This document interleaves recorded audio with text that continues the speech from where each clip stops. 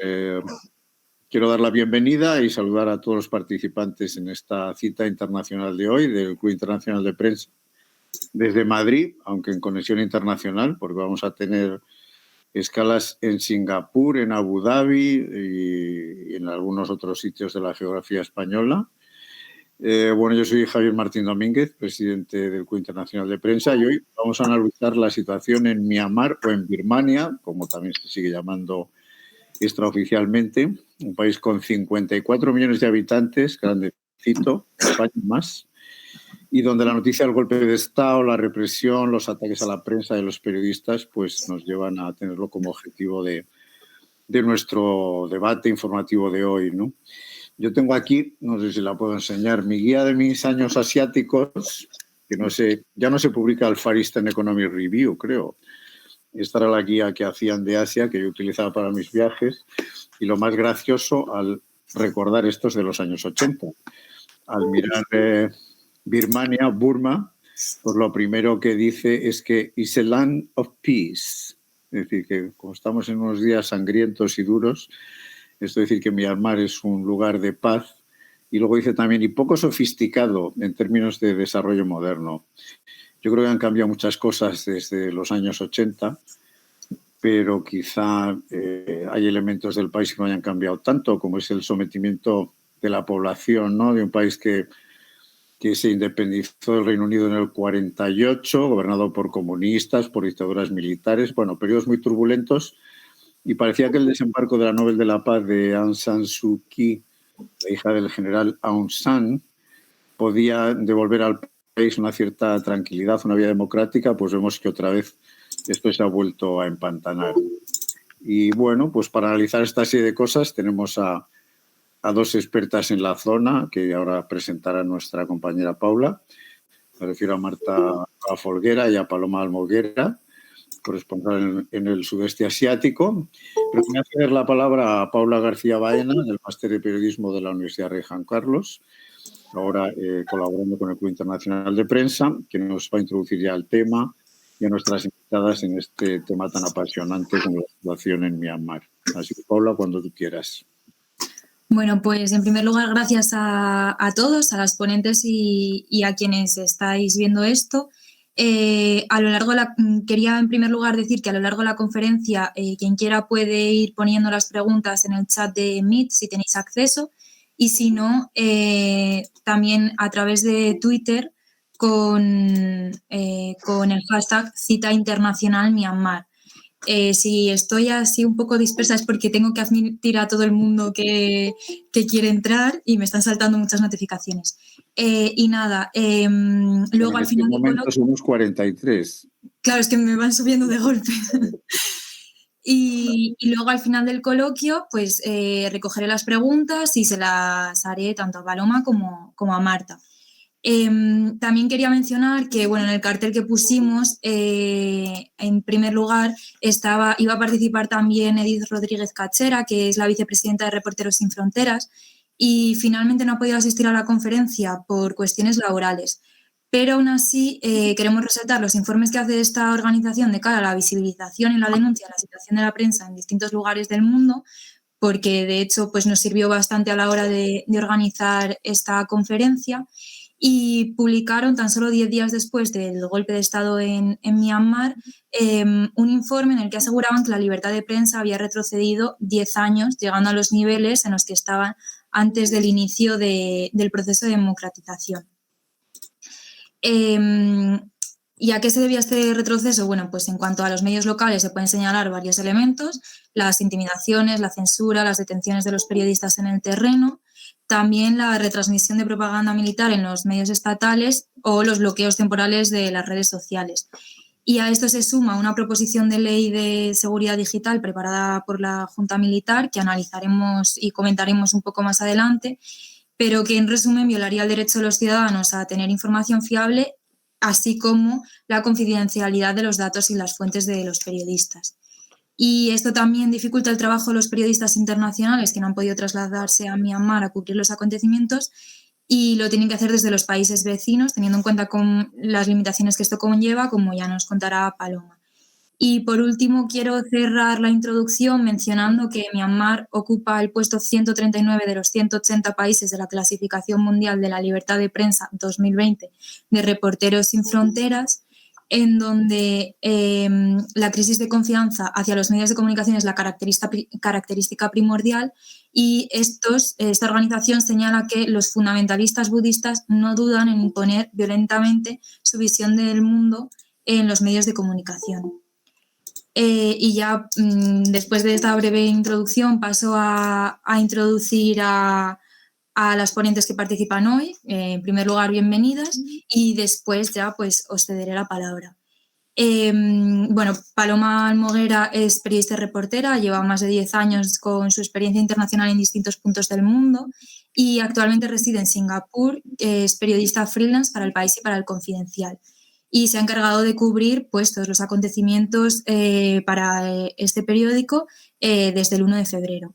Y Marta Nuevo Falguera es analista geopolítica de Asia-Pacífico y actualmente publica sobre política asiática en El Orden Mundial. Y bueno, ahora primero le voy a dar la palabra a Marta, que nos cuente un poco los últimos acontecimientos y la contextualización de este país, y luego ya pasamos al tema de la prensa en particular. Así que cuando quieras. Muchas gracias, Paula. Pues bueno, como ha dicho Javier antes, Myanmar viene de un pasado muy turbulento. Es una ex-colonia británica que se independizó en el 48. Y nada, o sea, a partir de los 60, en el 62, hubo un golpe militar, un golpe de Estado militar, y se impuso la dictadura militar durante casi, más de 30 años, hasta el 2011, con lo que eso supone, pues todo tipo de represión,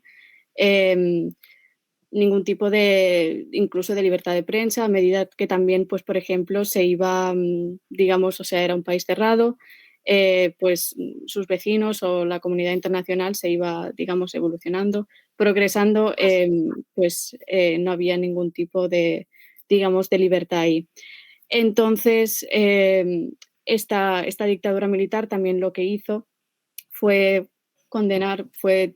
hacer cualquier tipo de represión política o social hacia la junta militar o el Tatmadaw. Y, por ejemplo, ya se dio antes, o sea, como las protestas que hay actualmente, ya se dieron unas parecidas en el 88, conocidas como el 8, porque fueron el 8 de agosto, entonces es 8 del 88, 4 ochos, y donde también pues fueron muy violentas, hubo muchísimas víctimas, muchísimos arrestos, y ahí fue donde Aung San Suu Kyi, que es la que hasta hace poco era presidenta, aunque fuese de facto, del país, entra en acción. Es la hija, como ha dicho Javier, de Aung San, que es el padre, digamos, de la patria birmano.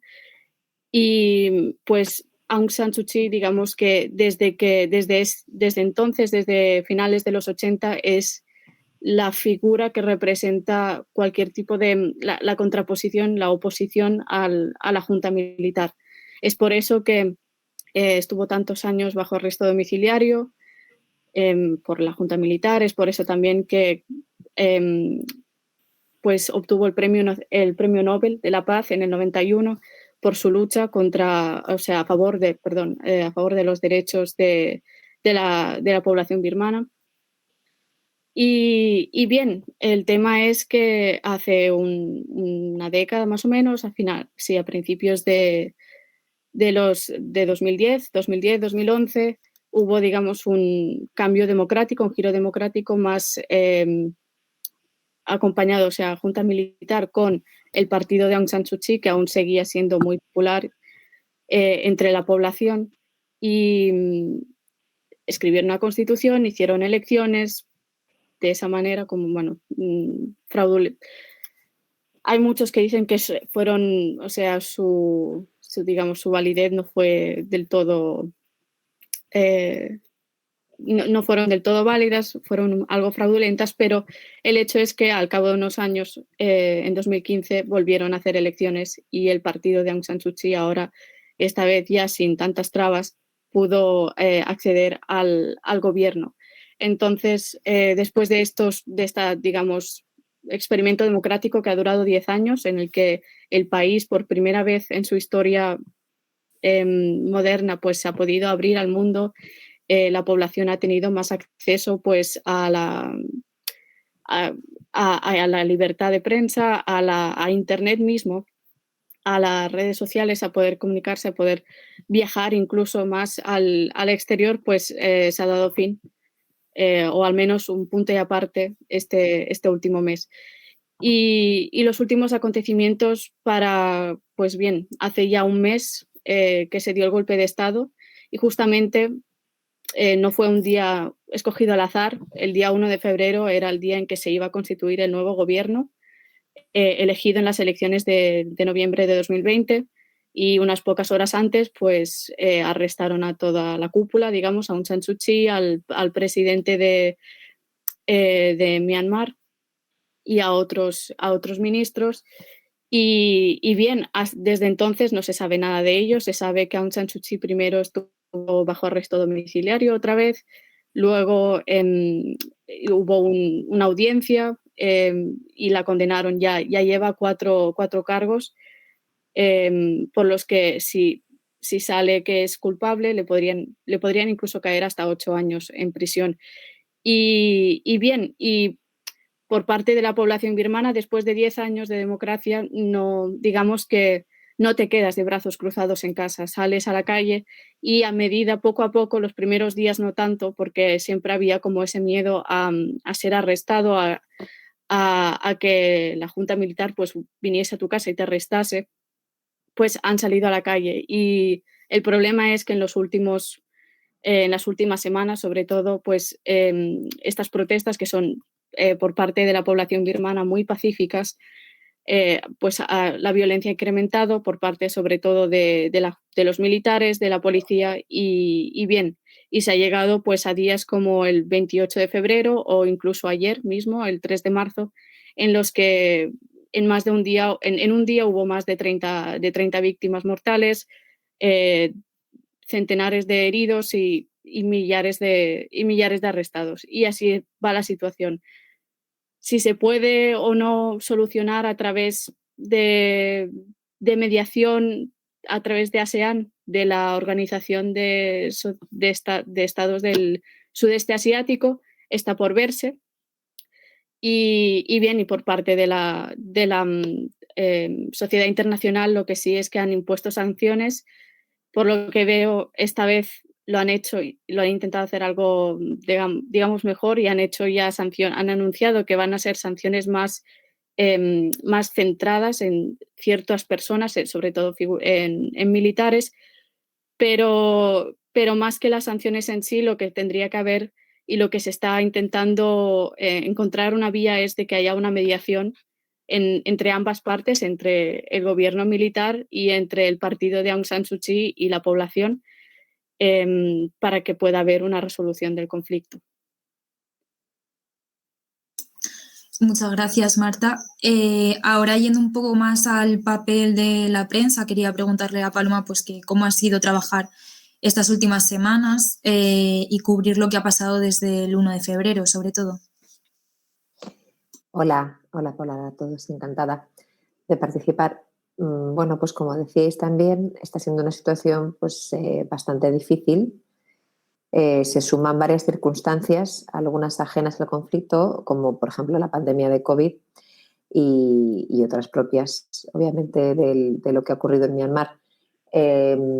Hay periodistas que están en Myanmar, que ya estaban en Myanmar antes de que esto ocurriera, a través de los cuales estamos consiguiendo mucha información, o la información que obtenemos, la mayor parte de la información que obtenemos a diario. Los que en otras circunstancias nos hubiésemos desplazado allí lo tenemos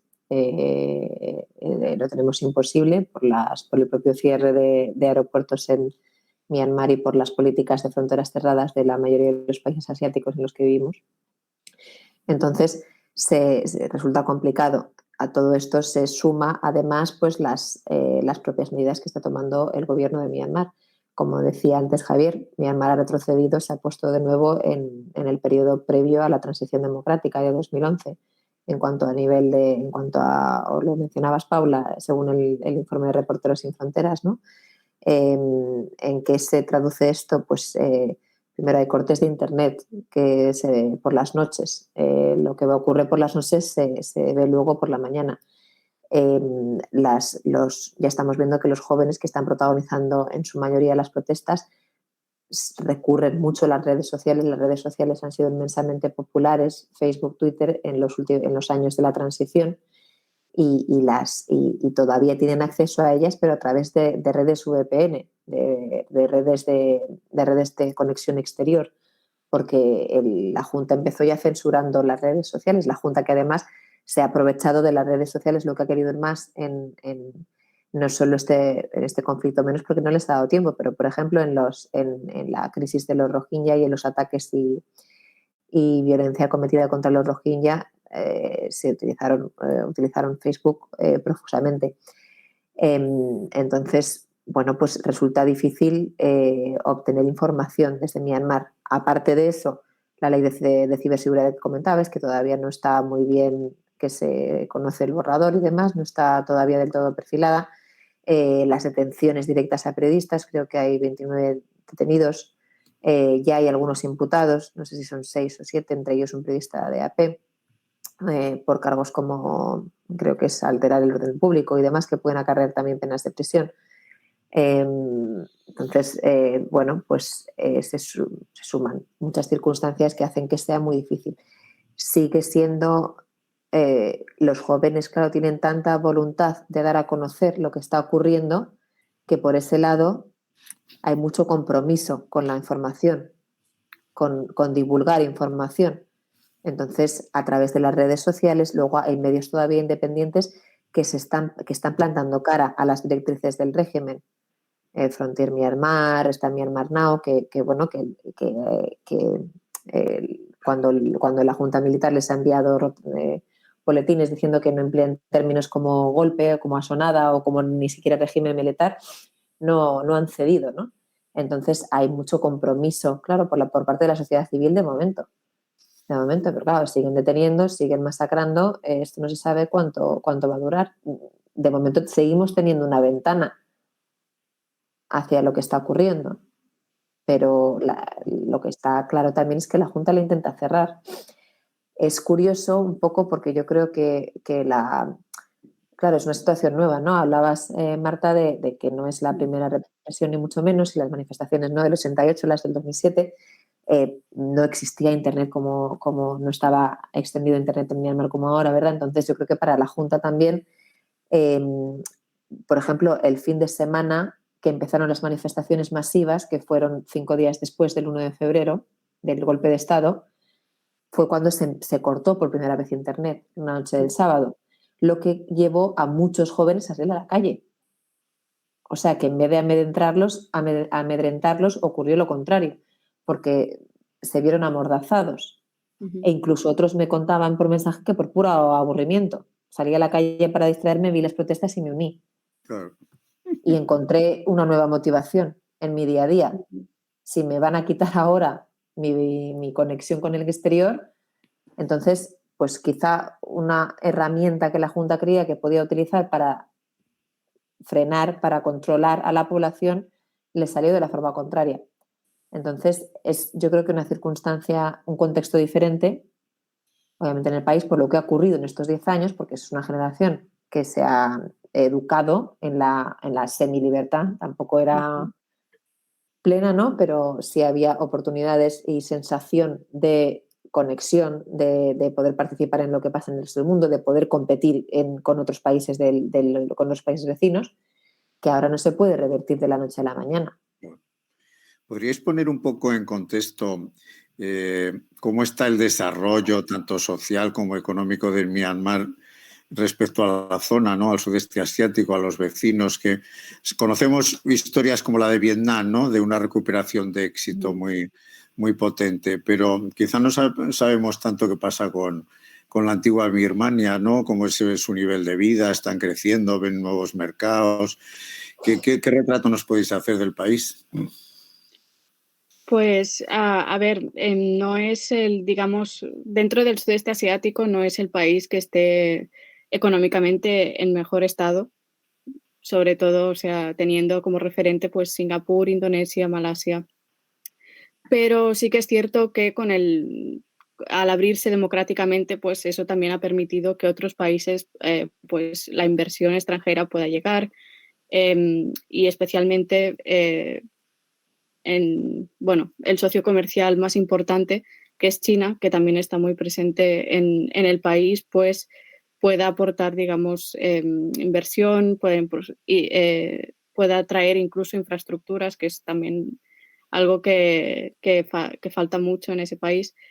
Pero bien, digamos que es una zona, es un país que ya tiene un pasado muy plagado de violencia, digamos, de conflictos internos, sobre todo entre las minorías, porque eso también es otro tema. Y bien, como he dicho antes, estos últimos años, pues se ha traído más inversión, bueno, incluso en turismo también. Todo lo que traiga dinero, pues es bienvenido y se va digamos, a poner en todo lo alto, pero bueno, no deja que económicamente pues aún tienen un camino por delante. Ya. Mucho camino. Paloma, alguna, Sí. bueno, aparte de que nos cuentes algo más, pero yo quería hacer énfasis en una cosa con más recorrido la zona. ¿Tenemos alguna presencia de España y los españoles en el negocio, más allá del turismo, o ni eso? Sí, yo creo que presencia sí hay. Significativa no me atrevería a decir que lo sea. Myanmar es que tampoco llevaba tantos años abierto, ¿no? O sea que los años de la Junta Militar previa dependía exclusivamente de China, su único socio, ¿no? Luego, según parece o tengo entendido, la inversión es cierto que se disparó, ¿no? En los primeros años de apertura, sobre todo luego también cuando oficialmente ganó Aung San Suu Kyi las elecciones en 2015. Creo que volvió a caer tras 2017 con el tremendo éxodo rohingya y las acusaciones de genocidio. Volvió a haber sanciones, además, en 2019 contra generales y demás, ¿no? O sea que luego ha sido un vaivén. Los países, Singapur, desde donde estoy, es el principal inversor extranjero de Myanmar. Ya.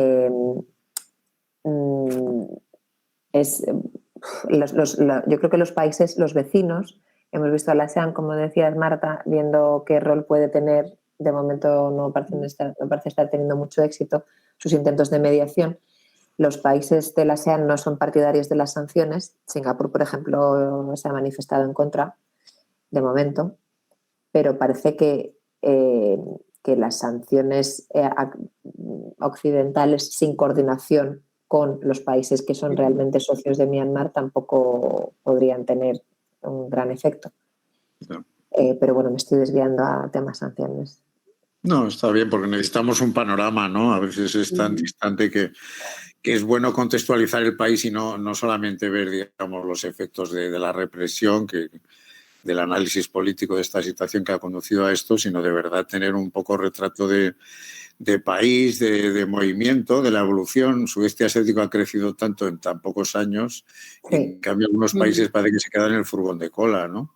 Seguía en el furgón de cola Myanmar, o sea, junto al sureste asiático, las promesas que estaban depositadas, ¿no?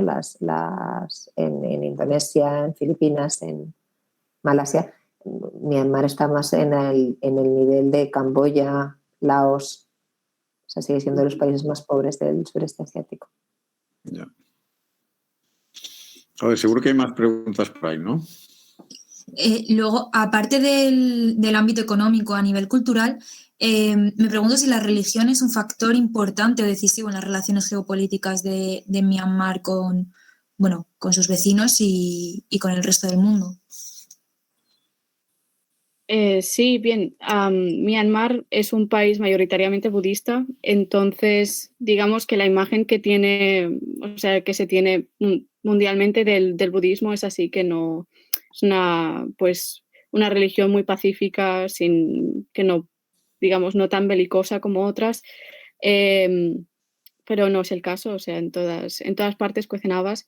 Y bien, si el budismo pues hace que las relaciones, por ejemplo, con Tailandia, que es otro país budista, pues digamos, sean más estables o más buenas, también lo que hace es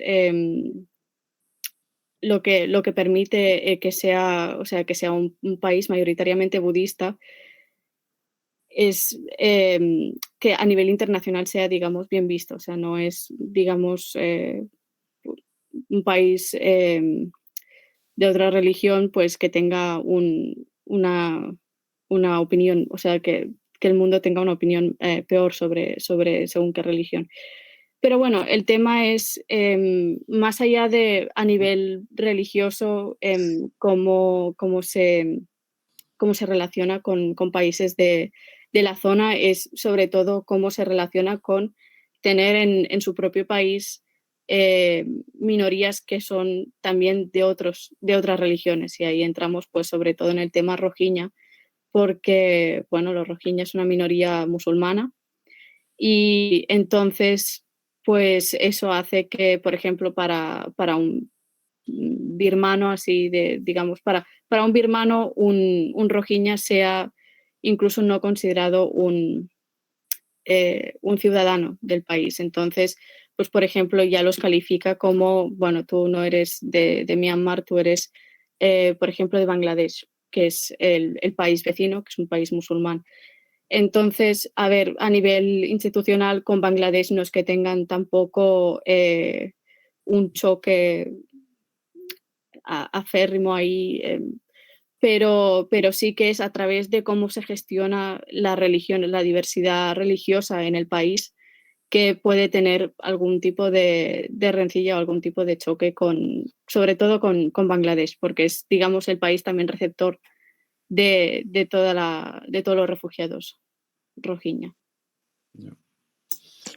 Sí, Paloma. sí, yo creo además también que por ejemplo, siguiendo con los rohingya y vinculándolo con la religión y los apoyos diplomáticos, por ejemplo, los países de la zona que más han condenado la situación de los rohingya han sido los musulmanes, Indonesia y Malasia. Malasia es el país después del sureste asiático que más rohingyas tiene acogidos, no en grado de refugiados porque no considera o no tiene legalizada la figura o reconocida la figura de refugiados, o sea, están en una situación totalmente precaria, pero han sido los países más vocales, Indonesia y Malasia. O sea que yo creo que sí marca, el sureste asiático es una región muy rica, muy variada, con muchas culturas y religiones conviviendo y coexistiendo, pero sí acaba cumpliendo o teniendo un peso en las relaciones entre los países. La religión, el nivel de renta, el nivel de apertura democrática. Hay regímenes de todo tipo en el sureste asiático, ¿no?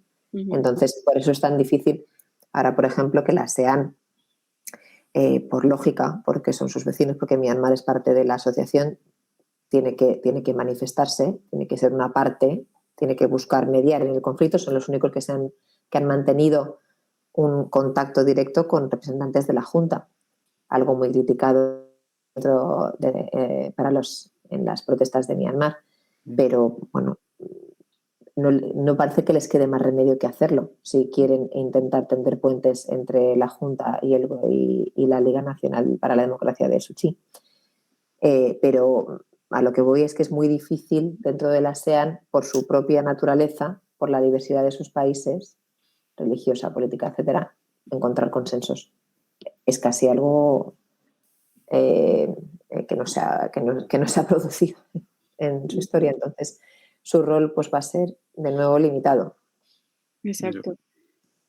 No, y sobre eso también, o sea, quería añadir que el hecho de que el sudeste asiático sea una región tan rica y tan diversa en religiones y culturas y regímenes políticos, y que haya, pues, y que la ASEAN haya subsistido durante tantos años, durante casi 60, es también en parte a la política de no intervención de la asociación. Es decir, ya vieron delante de toda esa, digamos, amalgama de religiones y regímenes políticos, pues dijeron, bueno, para no, digamos, echarnos los unos a los otros, pues vamos a decir, nadie se puede meter en temas internos, domésticos de cada país, porque claro, tenemos en ASEAN, no olvidemos, tenemos a países como Singapur, que es una potencia económica a nivel mundial, y también tenemos países como Laos, que tanto a nivel económico como a nivel también democrático, pues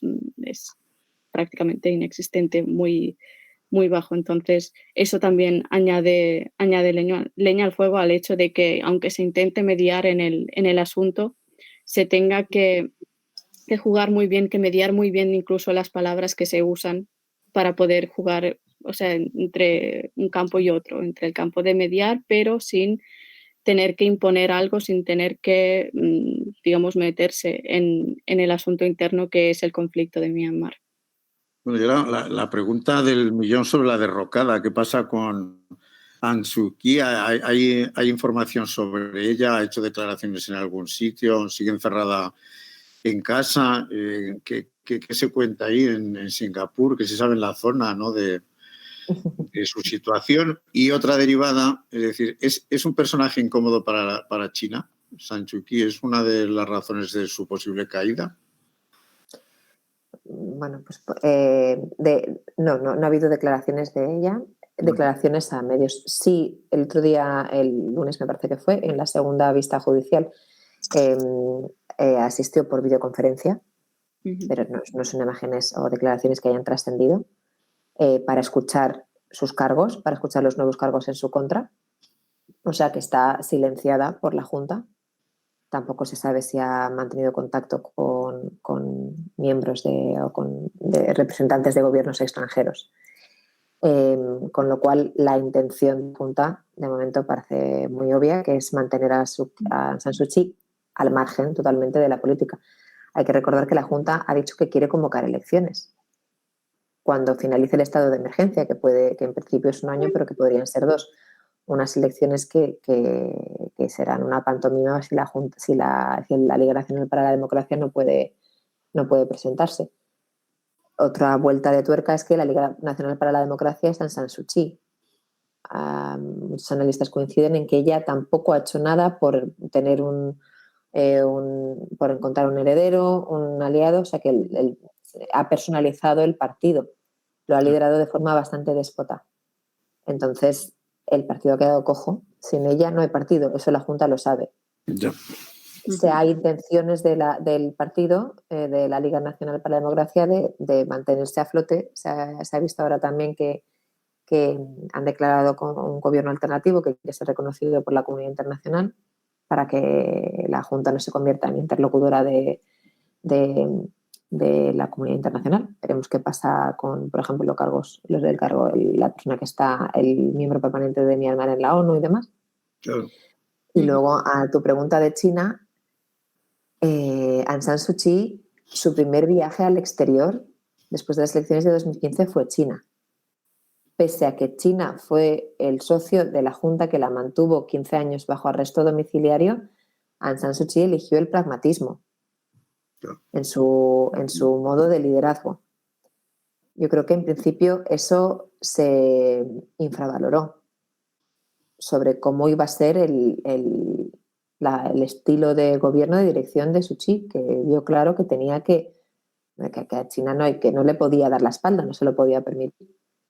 Entonces, no creo que Suu Kyi haya sido un personaje incómodo para los chinos, para nada. Creo que mantuvieron una relación bastante cordial, que con sus dificultades y desencuentros, pero China no estaba a disgusto para nada, yo creo, con el gobierno de Aung San Suu Kyi. No. De hecho, bueno, llegaron a acuerdos y demás. Entonces, los rumores de que China supiera o incluso diera su consentimiento al golpe parecen bastante infundados. De hecho, qué visita hubo poco antes del golpe, el ministro de Exteriores a Myanmar, que se reunió, porque salieron imágenes que se había reunido con el comandante, con Min Aung Hlaing, se tenía que reunir porque era el jefe del ejército. Se habría reunido en cualquier otra circunstancia, como con Aung San Suu Kyi. Ya. Yo, por los analistas que vigilan Birmania y tal, nadie parece muy, muy del lado de que China haya estado detrás del golpe. Ya. Vamos a escuchar algunas voces. Tenemos a Juan Cuesta, por ejemplo, ahí. No sé si luego Pedro González también querrá intervenir o algunos compañeros más. ¿Qué os parece? Gracias Javier, enhorabuena a Paloma y a Marta. Y les voy a pedir ayuda, ya que estamos hablando de Aung San Suu Kyi, les voy a pedir ayuda para a ver si logramos acabar de perfilar este personaje, que recuerdo es premio Sájarov del Parlamento Europeo a los Derechos Humanos, premio Nobel de la Paz, y sin embargo sabemos que está en el punto de mira por su actitud negacionista, sino pues bueno, por su inacción, dejar hacer en la limpieza étnica de los Rohingya, ¿no? Los Rohingya, perdón. Entonces, ¿cómo casa una cosa y otra? ¿Qué personaje tenemos delante? ¿Cómo se puede explicar esto para que lo entendamos aquí? Pues bien, a ver, Aung San Suu Kyi es un personaje bastante controvertido, o sea, no deja, pues eso, que aunque tenga el Premio Nobel de la Paz, pues ha negado que las acciones de su gobierno contra la minoría rohinyá, pues sean, o sea, que haya cualquier tipo de abuso, por supuesto, genocidio, ni hablar. Entonces es un poco como una contraposición un poco de decir, bueno, es el Premio Nobel de la Paz, pero ahora está negando todos los cargos. El tema también, y lo que se tiene que tener en cuenta, es que aunque gobernase Suu Kyi y su partido, el NLD, el ejército, digamos, seguía estando en el gobierno, seguía teniendo una posición bastante privilegiada. De hecho, cuando hubo la transición democrática, ya se preocuparon para dejar, o sea, todos los cabos atados y decir, bueno, aun los resultados serán los que sean, pero tenemos el 25% de los escaños ya asegurados para la Junta, para el partido político ligado a la Junta, los ministerios de defensa, de interior, creo también, y el de fronteras también ya van directamente asignados a militares. Entonces, aunque estuviese Suu Kyi en el poder y con una mayoría absoluta, digamos, está bastante condicionada por la junta militar y por lo que yo creo que no tiene toda la libertad de la que podríamos pensar en un principio. Entonces, ¿hasta qué punto Suu Kyi ha actuado dependiendo de lo que le digan los militares? Ahí ya se abre un poco la veda, porque también es verdad que en Myanmar hay un odio bastante generalizado hacia las minorías, sobre todo la minoría rohinyá. De hecho, o sea, no son considerados como, bueno, extranjeros. Se les quitó la nacionalidad birmana desde los años 80. Es decir, ya ha habido todo un proceso de, digamos, de odio hacia los rohinyá, de odio hacia, pues, nosotros contra ellos. Entonces, todo lo que es diferente, y por ejemplo los rohinyá lo son en términos de religión, pues ha sido un proceso largo también de odio hacia ellos. Entonces, en Myanmar, al ser un país que también generalmente pues tiene este odio hacia los rohinyá, que Aung San Suu Kyi pues comparta también este odio como la mayoría de sus compatriotas. Ahí ya, digamos, llegamos un poco a las elucubraciones un poco, de decir, ha actuado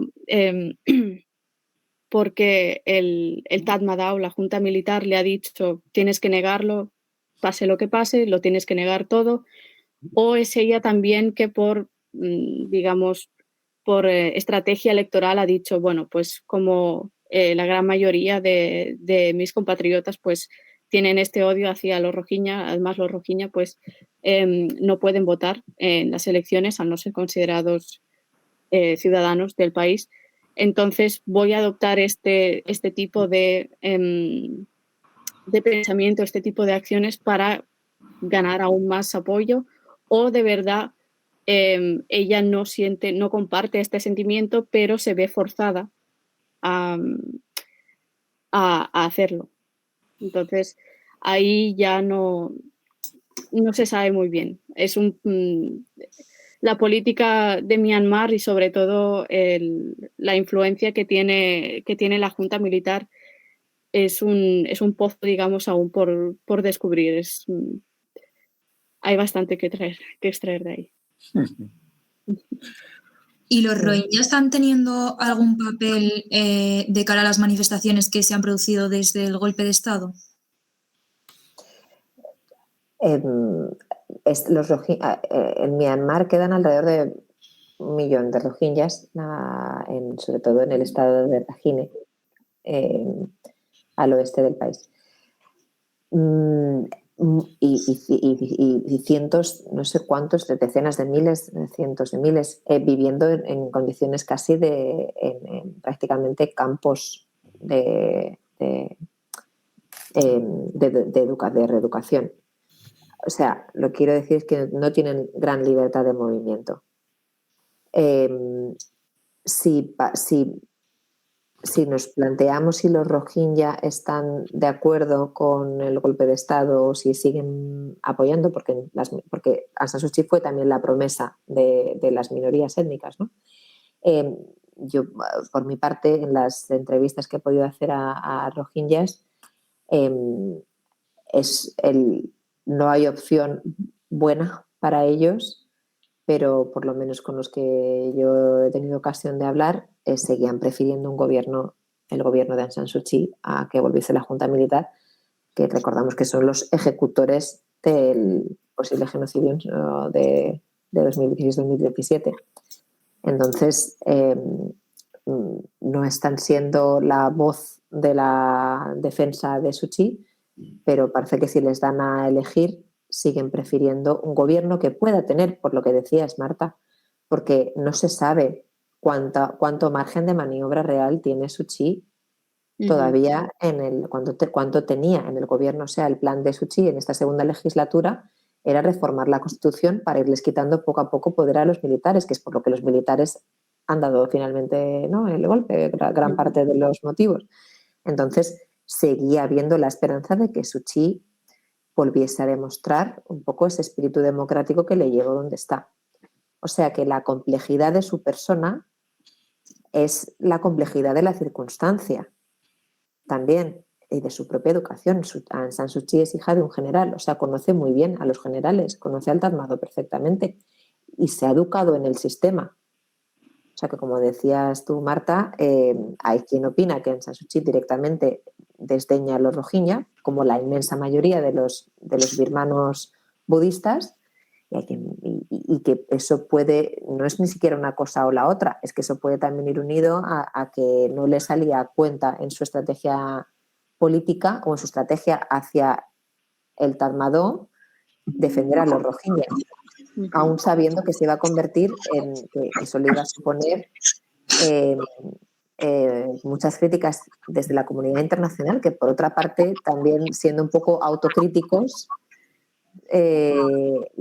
sabemos la tendencia a idealizar, a beatificar, y no todo es blanco-negro, ¿no? O sea, Aung San Suu Kyi es una mujer que pasó, que se quedó en Myanmar dejando atrás a su familia, que luchó con fiereza por la transición democrática birmana, que ganó por ello el Nobel en el 91 y que también, una vez se vio en el poder, tuvo que tomar decisiones muy difíciles.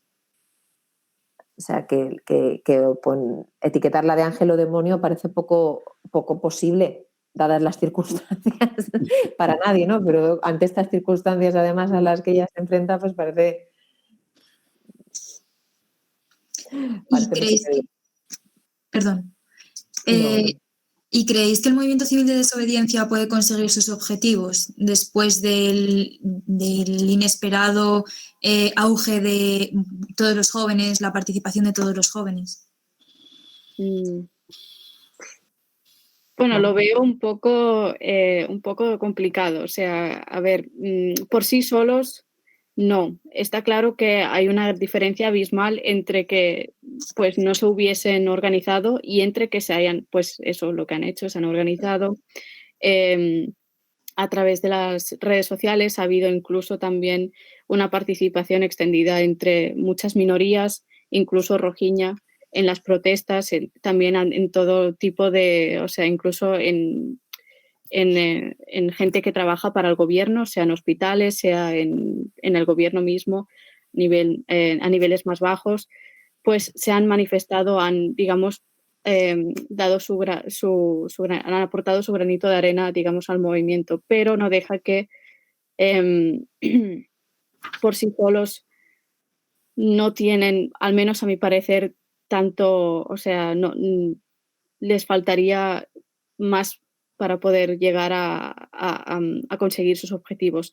Lo que sí se busca con este movimiento es que la comunidad internacional y sobre todo regional a nivel ASEAN se movilice y puedan pues llegar a mediar entre los dos ámbitos, porque a nivel nacional, sinceramente, y viendo las imágenes cada día, las protestas, sobre todo los últimos días, la cantidad de fallecidos que ha habido, los arrestos que hay por nada, o sea, lo veo muy complicado.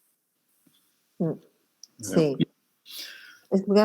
Sí, perdón. No, teníamos allá a Pedro González, que no sé si quería intervenir, me parece.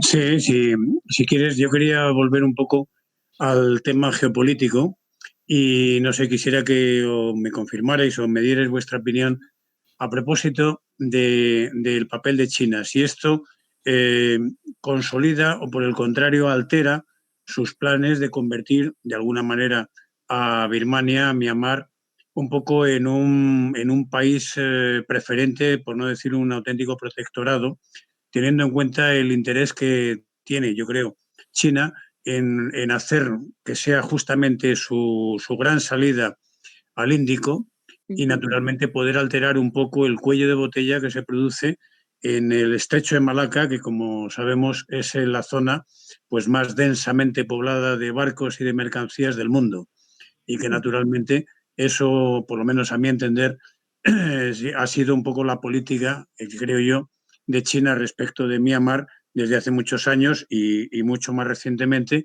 con todo lo que está haciendo con política de inversiones, oleoductos, ciertas infraestructuras. Esos planes se ven alterados ahora por este movimiento de la Junta, ¿lo confirma o de alguna manera creéis que bueno, pues ha sido una especie de verso suelto que naturalmente puede ser reconducido con un estacazo de parte de Pekín o que simplemente bueno, pues están fuera de órbita, ¿no? Y que naturalmente les puede la lucha por sus propios privilegios? Yo creo que a China no le conviene lo que está ocurriendo en Myanmar porque no le conviene un vecino inestable. O sea, China ante todo lo que quiere es que haya estabilidad, un interlocutor claro en Myanmar con el que llevar a cabo sus planes. Hasta que Myanmar no vuelva a ser estable, a China no le conviene y sus planes quedan en entredicho como cualquier otro. Que China vaya a seguir intentando satisfacer sus ambiciones, sobre todo la salida, las rutas energéticas, la salida al Índico y demás, sí, yo entiendo que sí, que va a seguir siendo su objetivo a medio o largo plazo, pero que inicialmente lo que le interesa es que la situación en Myanmar se estabilice. No sé, Marta, ¿qué Sí, opinas? no, de hecho, quería añadir un poco a lo que tú has dicho, Paloma. El tema es que a China en realidad, o sea, le da igual quién gobierne, sea el Tatmadaw o sea Aung San Suu Kyi, mientras se garantice, digamos, una estabilidad. Ahora es esta estabilidad la que está en entredicho, con todas las protestas, todo, el país en estado de alarma. Entonces, incluso China ha llegado a, digamos, decir y proponer que sí, que se medie, que se encuentre una solución, no para, digamos, que vuelva Aung San Suu Kyi, sino para estabilizar el país, que se acaben las protestas, que se acabe, digamos, el estado de emergencia y Myanmar, pues aunque esté gobernada por la junta militar, que vuelva a ser un socio estable. Y sí, China, o sea, lo que quiere es, digamos, sortear el estrecho de Malaca, porque no lo controlan ellos, por mucho que tengan, digamos, o sea, estén con la construcción de todas esas islas en el sur de la China meridional y tal, pero el estrecho, que es lo importante, no está bajo su control. Entonces, por eso, pues Myanmar es crucial para poder salir y para también poder, digamos, circular un poco, o sea, circular a India. Y aún así, no solo Myanmar, también Pakistán, o sea, China ya tiene bastantes, digamos, proyectos en mente para poder salir al Índico, no tener que depender de tantos países o de tantos, pues, o del estrecho de Malaca. Entonces, es eso, básicamente ahora en Myanmar él volverá, o sea, si vuelve el estado militar, pues para China bienvenido sea, mientras le garantice pues una continuación estable de sus negocios ahí. Sí, perdón por que se me olvide, sino por son cábalas hacia el futuro, pero bueno, por guiarnos un poco con la poca información que tenemos ahora. La Junta, por ejemplo, ante el rapapolvo de la ONU por la reciente represión, por los ataques más violentos, ha dicho algo así como nos tendremos que acostumbrar a vivir con menos amigos. Se sobreentiende que entre los pocos amigos que le van a quedar, si esto sigue por esta línea de la violencia y la represión, va a ser China, que no se mete en asuntos internos. Entonces, a río revuelto, pues ya se sabe, quizá esto vuelva a situar a China en el futuro no muy lejano como principal valedor de Myanmar y pueda seguir adelante con sus proyectos. Y ahí será interesante ver qué decide hacer Estados Unidos. Claro que tampoco va a querer quedarse atrás y ceder otro país más del sureste asiático a la órbita china, ¿no? Como vemos, por ejemplo, en Camboya. Entonces, bueno, nada, aprovechar los últimos comentarios de la Junta. Ya dices Estados Unidos, pero ¿qué pasa con los ingleses, con la antigua metrópoli? Es fuerte la presencia, el negocio, las relaciones comerciales de Inglaterra. Sí, bueno, Reino Unido se ha sumado a sanciones, por ejemplo, ¿no? Yo creo que se ha visto obligado a seguir la línea de Estados Unidos en cuanto a sancionar a los militares y a las empresas, a los conglomerados vinculados a ellos.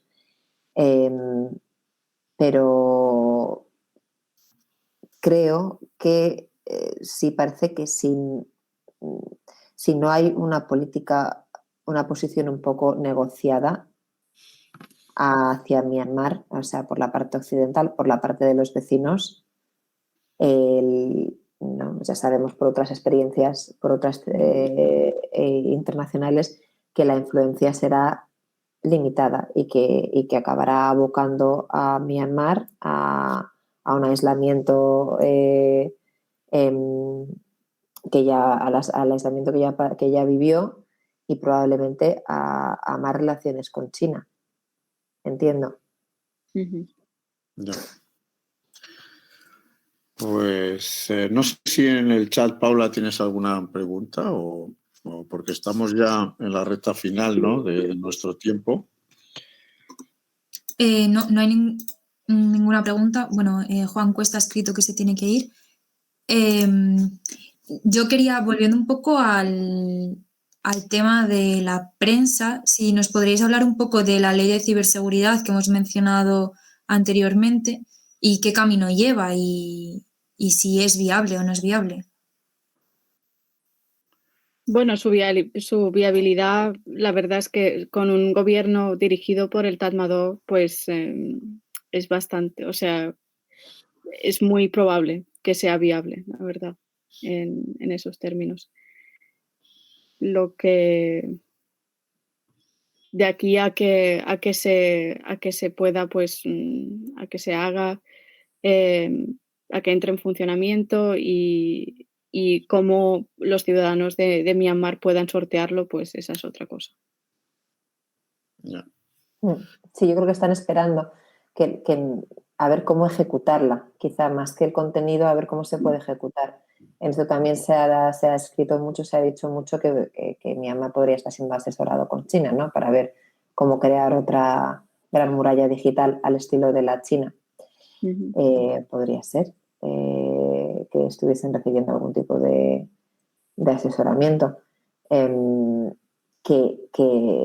Que como dices, Marta, si la quieren pasar, la pasarán, la aprobarán, que puede tener consecuencias terribles en cuanto al devenir incluso de las protestas, si las redes acaban siendo todavía más controladas, si hay más censura, si resulta más fácil acceder a los datos y a la información personal de los usuarios, que se van a ver cada vez más amordazados y van a tener más consecuencias, ¿no? Ya no solo las físicas al salir a la calle, sino las que puedan enfrentarse cuando se comuniquen con sus amigos o a través de mensajes. Entonces, sí, es bastante alarmante, yo creo. Yo quería aprovechar, Paloma, ya que te mueves por la zona, que has estado en China, pero bueno, sabemos que cuando uno está en Asia es corresponsal de un continente entero y a veces uno ni llega o yo recuerdo a alguien que le decía, no, tienes que moverte a cubrir tal cosa en la India. Y dice, bueno, si está más cerca de Madrid, ¿cómo me vas a mandar a mí desde Japón? Cosas de, a veces perdemos casi la dimensión de lo lejos que está o que estaba, ¿no? Ahora todo está más cerca, la verdad. Pero sí me gustaría saber un poco por tu experiencia propia, en qué países un corresponsal, ya que estamos en un club de corresponsales, te es más fácil trabajar, dónde te ponen más trabas, dónde hay más controles, dónde es imposible conseguir un visado. Me creo como ahora es Corea del Norte, a lo mejor hay otros, ¿no? El propio Myanmar. Que nos hicieses por lo menos una pincelada antes de terminar de cómo te mueves tú por Asia, en concreto, Paloma. Gracias. Bueno, pues ya sabes que en China es muy difícil. Yo estuve en China los primeros 5 años del gobierno de Xi Jinping, que se empezó a dificultarse la situación para los periodistas locales y extranjeros. Ahora es peor todavía. Y por lo que yo conozco, por donde me he movido más ahora en el sureste asiático también, Singapur. No es fácil. Singapur es un poco un desierto informativo. En muchos aspectos hay poca alternativa a la información oficial. Es una población muy pequeña también, son 5,6 millones de habitantes. Quizá el contraste positivo yo lo he encontrado, por ejemplo, en viajes a Indonesia y Malasia, países democráticos, donde la libertad de prensa también ha caído en los últimos años y las democracias también se están viendo un poco más acotadas. Pero en cuanto a sociedad civil, diversidad de medios, activismo, ONGs y demás, son países en los que resulta muy fácil, en cuanto llegas, conectar con lo que ocurra, que te pongan en contacto, que te ayuden, que te deriven. Más o menos igual en Filipinas. En Tailandia, dentro de que es un país muy complejo y que también tiene esa fuerte presencia y militar en su gobierno, también me ha resultado más sencillo quizá que obviamente en Singapur y que en China, desde luego. Pero bueno, es verdad que son países que por desgracia están yendo cada vez están tomando un camino de cada vez más restricciones y de más ataques a la prensa. Se está viendo también en Filipinas ahora, por ejemplo, si es en el caso de María Ressa, una de sus periodistas más prominentes, no está siendo un momento muy esperanzador. Quizá los oasis que suponían, por ejemplo, en Indonesia, Malasia también ahora están tomando medidas contra uno de sus medios más independientes, que se llama Malasia Kini. Y en Indonesia, por ejemplo, bueno, quizá lo más difícil de atacar, aunque tengan en algunos momentos gobiernos con que tomen ciertas derivas más autoritarias, es que al menos son países con un tejido social muy potente. Entonces sigue habiendo mucho activismo, mucha prensa, mucho movimiento de información, ¿no? Entonces, bueno, todavía resulta más fácil. Qué bien. En el chat nos están preguntando, supongo que para Paloma, que cuáles son las principales dificultades para cubrir un conflicto desde un país distinto al del lugar en el que se está produciendo. Bueno, pues es que no, claro, no es lo ideal, no debería ser así. Lo óptimo y lo suyo sería poder estar allí. Entonces, pues te sientes un poco con una venda en los ojos, o sea, muy dependiente de lo que ahora mismo, más en las circunstancias que estamos, ¿no? Pandémicas, de lo que te llega por internet, de intentar hablar mucho con gente que es experta y con la gente que está participando en las protestas y seguir mucho los medios locales que todavía operan. Pero es difícil, Luego, bueno, pues todavía, bueno, las agencias internacionales, por ejemplo, están presentes en Myanmar, o sea que estamos viendo, hay un trabajo súper al detalle y con muchísimas fuentes, pues de Reuters, de AFP, de EFE, que entonces, gracias a eso, lo puedes salvar, pero claro, te pierdes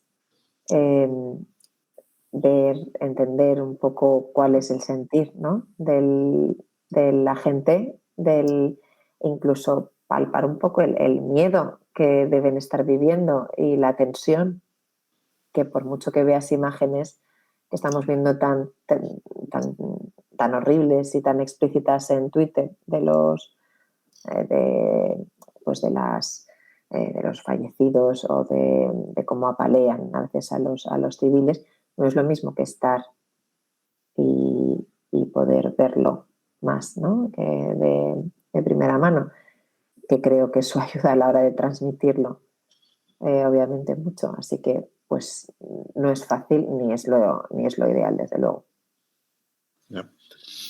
No sé si queda alguna cuestión, porque hemos sobrepasado ya la hora y yo la verdad es que estoy primero muy satisfecho de escucharos, de conoceros, de tener a dos expertas de verdad en cuestiones asiáticas que a España le ha costado tanto, ¿no? El poner foco sobre Asia en general, que hemos olvidado no ya Filipinas, que luego yo recuerdo en mi época que los viajes oficiales de nuestros reyes, presidentes y tal a Japón siempre se suspendían en el último minuto, cuando era el foco Japón en los años 80, y luego ha pasado casi con China lo mismo.